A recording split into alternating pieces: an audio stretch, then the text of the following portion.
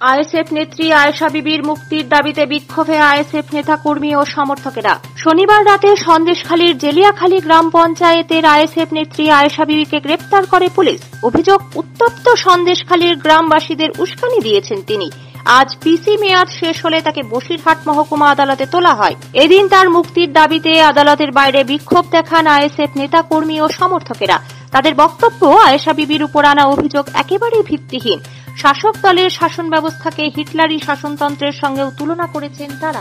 আমার 54 দিন পরে আমাদের পার্টির চেয়ারম্যান নওশাদ সিদ্দিকী সাহেব কালকে সন্দেশখালী মাহমুদের সঙ্গে, সন্দেশখালী অসহায় মানুষের সঙ্গে কথা বলার জন্য আসার জন্য প্রস্তুতি নিয়েছিল।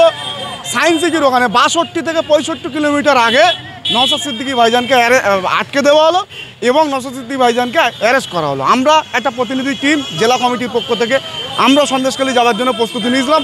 আমাদেরকেও মিনাখা পারত দেয়নি, তারপরেও আমাদেরকে আটকে দেওয়া হলো।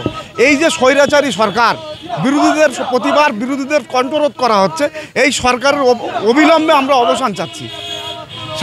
সাথে সাথে আজকে আমরা এখানে বসিরহাট কোর্টে উপস্থিত হয়েছি এই জন্য, আমাদের একজন নেত্রী আয়েশা বিবি গত শনিবারের দিনকে থানায় ডেকে নিয়ে কথা বলার জন্য থানায় ডেকে নিয়ে অন্যায়ভাবে প্রশাসন তাকে গ্রেপ্তার করে এবং আজকে ফের বসিরহাট কোর্টে তুলছে। আমরা নিঃস্বার্থ মুক্তির দাবি জানিয়ে আজকে এখানে উপস্থিত হয়েছি।